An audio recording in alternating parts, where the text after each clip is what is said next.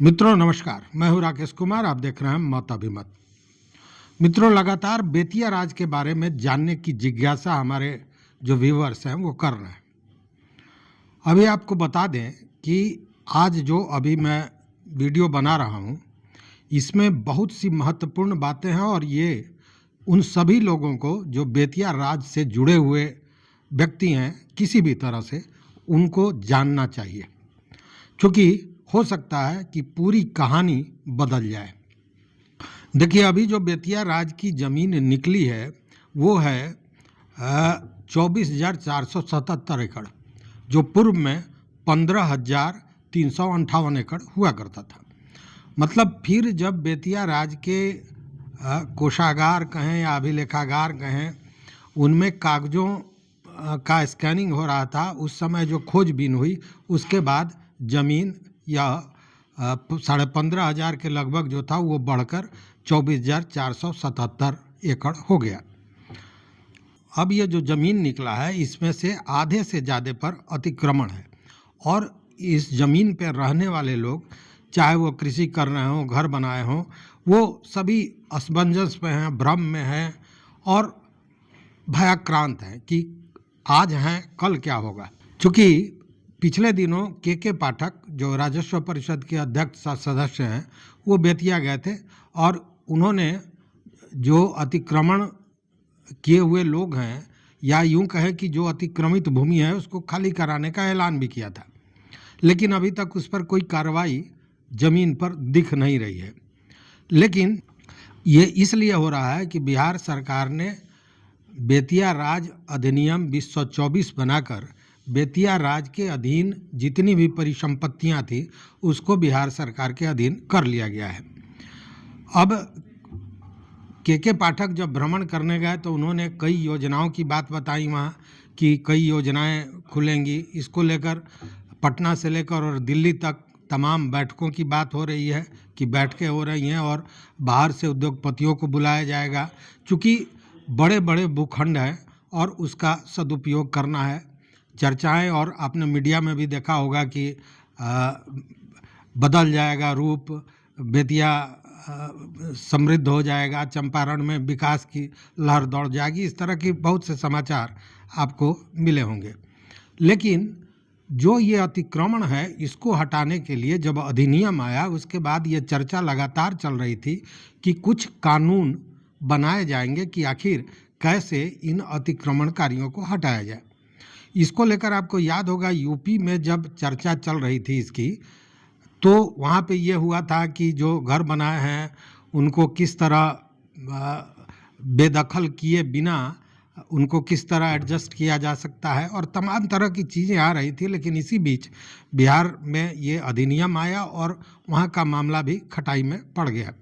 इधर यूपी में जो बेतिया राज की ज़मीन थी गोरखपुर में थी, केवल वही 127 एकड़ के लगभग थी और उसको हटाने के लिए, या उसको यूं कहें कि चिन्हित करने के लिए, अतिक्रमण हटाने के लिए वहाँ सर्वे का काम चल रहा था।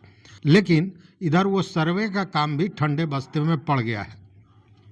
दूसरी ओर जो बेतिया राज के ज़मीन पर लोग यहाँ बसे हुए हैं, जो अतिक्रमण किए हैं, उनको हटाने के लिए जो नियमावली बनानी थी कि क्या आधार होगा, इसको लेकर भी अभी तक वो कानून नहीं आया है। जबकि जो विभागीय सूत्र थे वो बता रहे थे कि यह नियमावली अंतिम चरण में है, अब फाइनल हो जाएगा, लेकिन उस पर भी अभी कहीं कुछ नहीं आया है।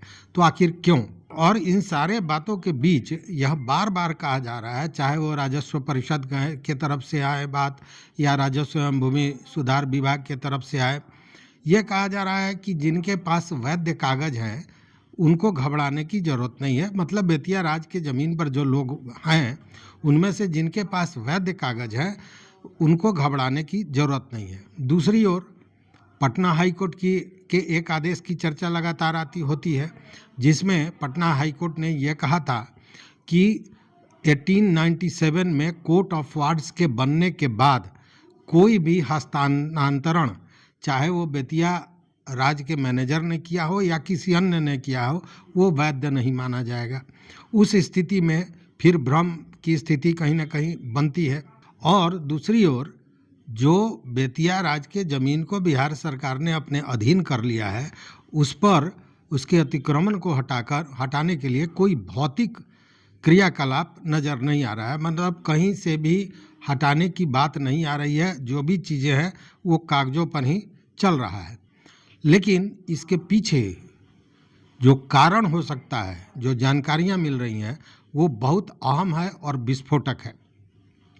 क्योंकि यह दावा किया जा रहा है कि यह जो कार्रवाइयाँ सरकार द्वारा की जा रही हैं, वह पूरी तरह एक सोची समझी रणनीति के तहत जमीन को, या यूँ कहे कि बेतिया राज की परिसंपत्ति को अपने अधीन करने के लिए किया गया है। और इसमें कानूनी पक्ष जो है उसको नज़रअंदाज किया गया है। साथ ही बेतिया राज के इतिहास को भी कहीं न कहीं आधा अधूरा ही सामने रखा गया है। चूँकि इन सारे चीज़ों को लेकर ये जो अधिनियम बना है, इसको कानून के विरुद्ध, इसको सही नहीं बताते हुए, इसका दावा करते हुए कि इसको रद्द किया जाए, कई याचिकाएं पटना हाईकोर्ट में आई हैं। अब ये याचिकाएं किन लोगों ने दी हैं, इस पर हमने एक वीडियो भी दिया था, और भी बहुत सी नई चीज़ें हैं, उसकी भी हम बात करेंगे, उसको भी बताएंगे। लेकिन जो बेतिया राज का इतिहास बताया जाता है, उसमें बताया जाता है कि महाराज को कोई वारिस नहीं था और उन्होंने बिना किसी वसीयत के ही दुनिया छोड़ दी, मतलब उनकी मृत्यु हो गई, और इसीलिए वो कोर्ट ऑफ वार्ड्स में चला गया। लेकिन यहाँ कुछ बातें सामने आई हैं और तथ्य के साथ, सबूत के साथ, जिसमें यह स्पष्ट होता है कि महाराज ने अपने जीवित रहते हुए उन्होंने एक वसीयत की थी, और वसीयत के अनुसार बाज़ाब्ता उन्होंने युवराज की घोषणा भी की थी। तो आखिर वो युवराज कौन थे, किनके नाम की वसीयत थी, इन सारी चीज़ों की बात बताएंगे। लेकिन इतना आपको बता दें, जो बहुत महत्वपूर्ण चीज़ है, कि जब वो वसीयत की बात सामने आई थी तो उसको लेकर उस वसीयत के गलत होने की भी बात आई, उस पर दावे किया गया कि वसीयत सही नहीं है। इसको लेकर जो मामला आया, अगले वीडियो में पूरे विस्तार से बताऊंगा, लेकिन अभी मैं जिस्ट बताऊं कि उसमें यह मामला आया और बाज़ाब्ता अंग्रेज सरकार ने यहाँ से लेकर और लंदन तक ये बातें गईं, और अंग्रेज सरकार ने माना कि वह वसीयत सही है, चूँकि उस वसीयत की एक कॉपी महाराजा द्वारा अंग्रेज सरकार को भी भेजी गई थी। दूसरी ओर न्यायालय ने भी उस वसीयत की पुष्टि की। मतलब सीधा है कि बेतिया राज के उत्तराधिकारी थे, बेतिया राज के उत्तराधिकारी हैं, और वो वैध हैं। अब ये कौन है, यह एक मामला उठता है। लेकिन इसको लेकर जो तथ्य सामने आते हैं सरकारी रूप से, या फिर जो इतिहास बताया जाता है उसके हिसाब से, वह बड़ा भ्रामक है।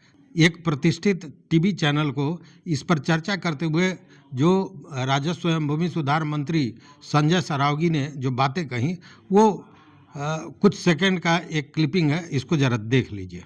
तक ये जो है वो मामला पहुंचा है। क्या बेतिया राज के ज़मीन को सरकार जब अपने जांच के दौरान जो भी ज़मीन पाई जा रही है उसको सरकार ले रही है, लेकिन विपक्ष का आरोप है कि सरकार इसे निजी ज़मीन बनाने की कोशिश कर रही है। नहीं, बेतिया राज के कोई वारिस नहीं थे, तो जिसके कारण सरकार ने जो है कानून रूप से अब वो बेतिया राज की जो भी संपत्तियां हैं, केवल ज़मीन ही नहीं, जितनी भी परिसंपत्तियां हैं वो अब बिहार सरकार की परिसंपत्तियां हैं।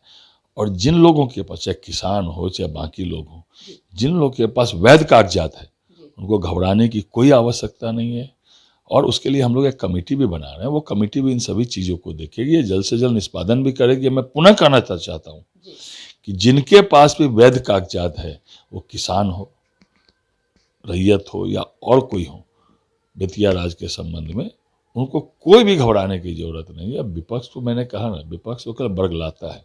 तो सुना आपने, उन्होंने स्पष्ट कहा कि कोई उनका वारिस नहीं था। ये बात सही है कि उनको वंश नहीं था, उनको कोई पुत्र नहीं हुआ था। उनकी 2 महारानियां थी, लेकिन कोई पुत्र नहीं था। लेकिन उत्तराधिकारी नहीं था, यह कहना तो बड़ा मुश्किल है, क्योंकि उन्होंने वसीयत की थी। अब वसीयत की सत्यता की अगर बात करें तो हमने बताया कि अंग्रेज सरकार से लेकर और न्यायालय तक उस समय उस वसीयत के सत्यता की पुष्टि उन्होंने की थी। तब प्रश्न उठता है कि इन तथ्यों को सरकार द्वारा छुपाया क्यों गया है। बड़े प्रश्न हैं, इन प्रश्नों को जरा गौर से समझिएगा कि ऐसे तथ्य जो उत्तराधिकार को सिद्ध करता है, ऐसे तथ्यों को सरकार द्वारा क्यों छुपाया गया।